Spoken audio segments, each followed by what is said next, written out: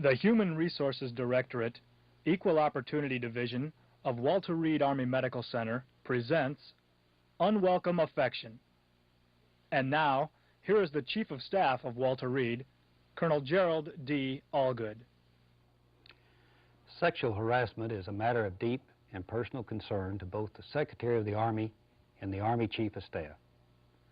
While our concern has been expressed on several occasions in the past, it is important to reiterate the Army's policy on this issue. The Army is fully committed to a policy that demands respect for the human dignity of its members. That policy cannot succeed where sexual harassment exists. It is the responsibility of every soldier and every Army leader, civilian and military, to ensure that any instances of sexual harassment are dealt with swiftly and fairly, and to promote a climate within the Army that will not tolerate such conduct. Allegations of sexual harassment will be treated at all levels of command with the seriousness they deserve. Each person, male or female, must be treated and evaluated solely on how well tasks are carried out. The scenes you are about to see demonstrate some of the many forms that make up sexual harassment. We ask you to view each situation as if you were actually involved and respond to the questions posed at the end of each scene.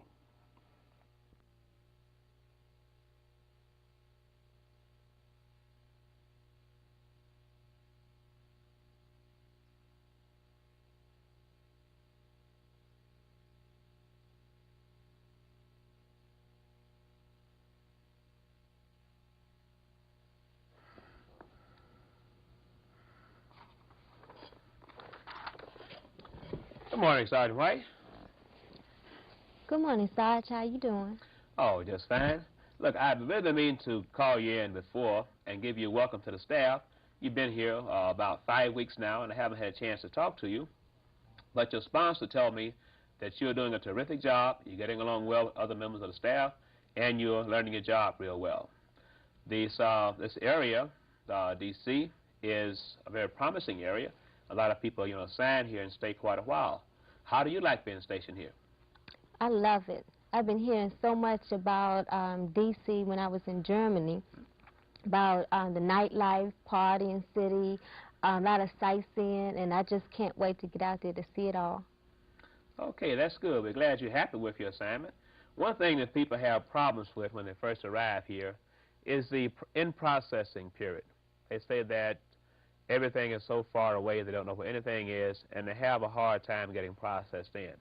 How about you? Do you have all your finance and personnel business taken care of? Personnel, but I'm having problems with finance. Finance haven't paid me for 2 months. I have about $6 left to last me until they pay me, whenever they pay me, and I'm in a bind right now as far as money. Okay, I'll tell you what I'll do. I'll call over and talk to the company commander and see if I get him to give finance a call so they can get your pay straightened out right away. Another problem is for housing and living conditions. How about you? Have you found a place to stay? Well, right now I'm staying in the barracks. I'm having a problem there, too, because my roommate loves loud music, and I have a problem going to sleep, getting my rest because of that music. What I suggest that you do with the roommate is ask her to turn the stereo down because you're trying to sleep. But if it doesn't work, just give the charge of quarters a call, and they have been instructed to make sure that all stereos are turned down to a reasonable level and especially off at a certain time of night. But I have your records here, Sergeant White, and it indicates that that you are married and you're living in the barracks. I am married, but my husband, he's not with me right now. He will be joining me in several months from now. Oh, your husband's not here now? No, he's not. Oh, okay. Well, that's really unfortunate. I'm sorry to hear that. But here you are, here in this big city all by yourself, and your husband, away and not having any money, and a roommate with all this loud noise. I'll tell you what I'm going to do. Since, you haven't been paid in a long time, why don't you let me, give you a little something to sort of tide you over until, we can get the company commander to straighten out your pay.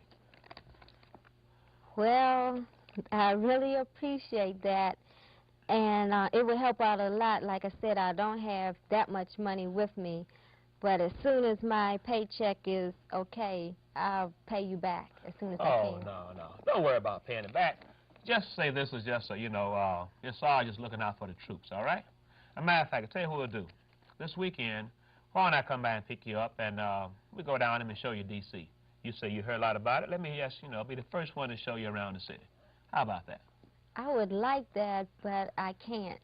I'm afraid I can't do that because I have to wash clothes, I have to go to the PX, get my uniform together, and most important thing of all, I have to make a phone call to my husband at certain times of the day. Hey, wait just a minute. You're new here on the staff, right? And just like to remind you that around here on the staff, that, see here, I make a lot of decisions. I am the one that fixes up evaluation reports. I assign 3-day passes and leaves. And just a little word of advice, if you want to get along on the staff, it'll be beneficial to you to be a little bit nicer to me.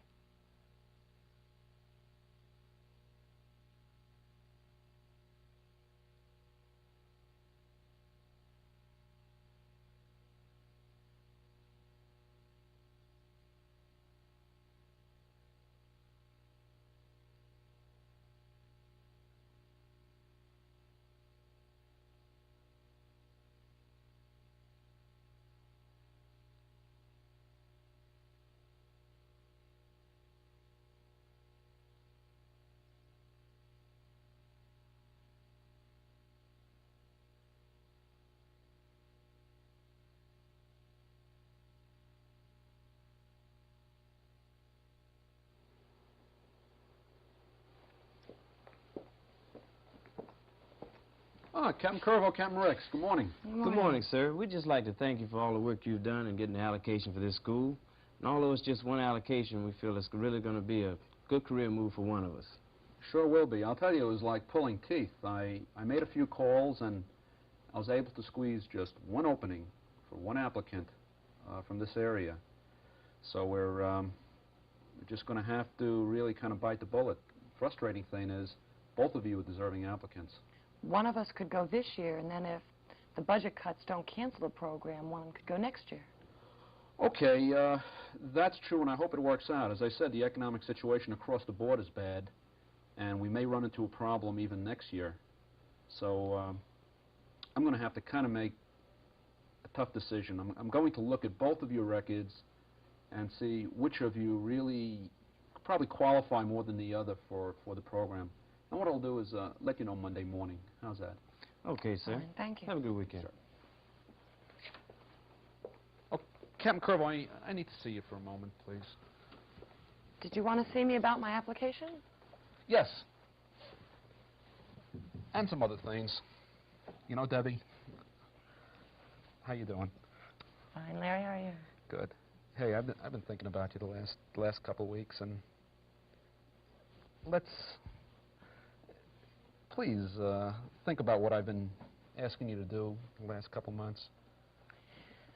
Hey, Larry, I'd like not to. that again, please. I'd like to spend some time with you. Why not? I've given you 1,000 reasons before. Why not? Can't we just drop it at that? Drop it at that, huh? Debbie, put it this way. If you select me this weekend, I'll select you for the course. It's up to you.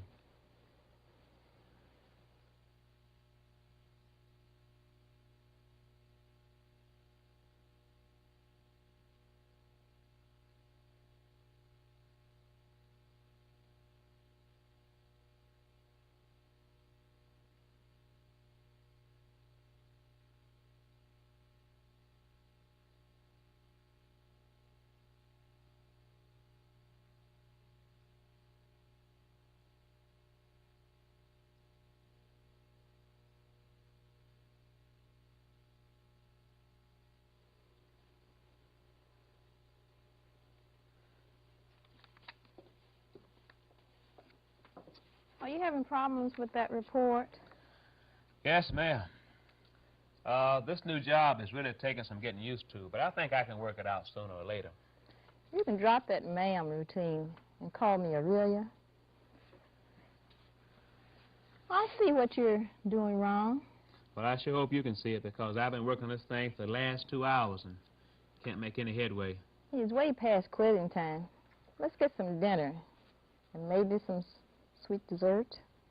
And I'll explain an easier way to get these reports done. You know, I would really like to, but I have a lot of work to do. And I think I'll just finish up and stay here and get these reports done. Well, okay.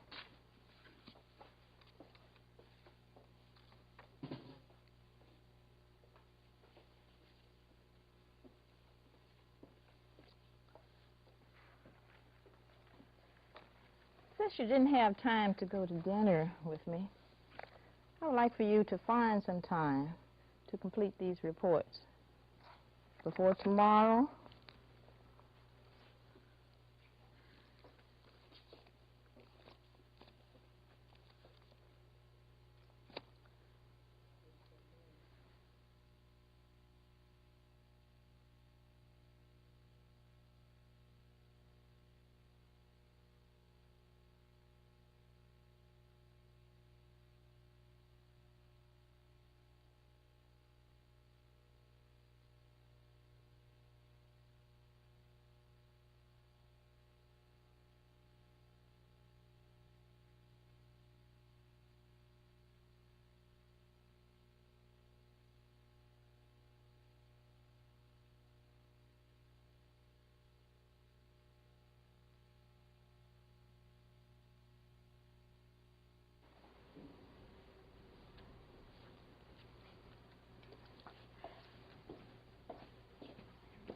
Good morning, Captain Ricks.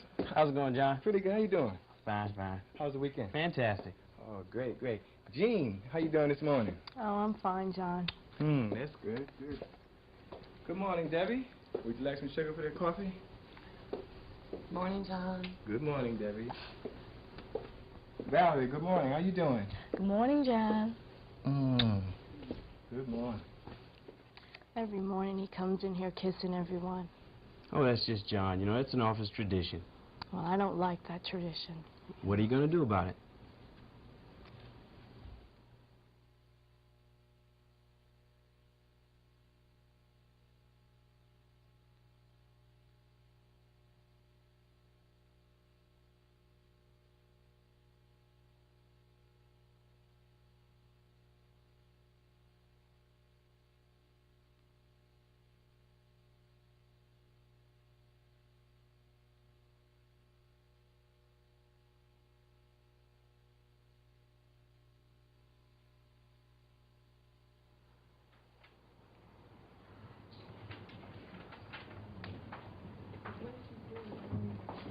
Hey, John. Looks like someone's been riding the waves. Yeah, look like somebody knocked up that army chick, too. But the other two look like they're all right. Hey, if you two chicks want to get knocked up, John and I'm glad to help you. That's for sure. That's for sure now. Don't run away. Don't run away. Big leg devil. Hey, yeah.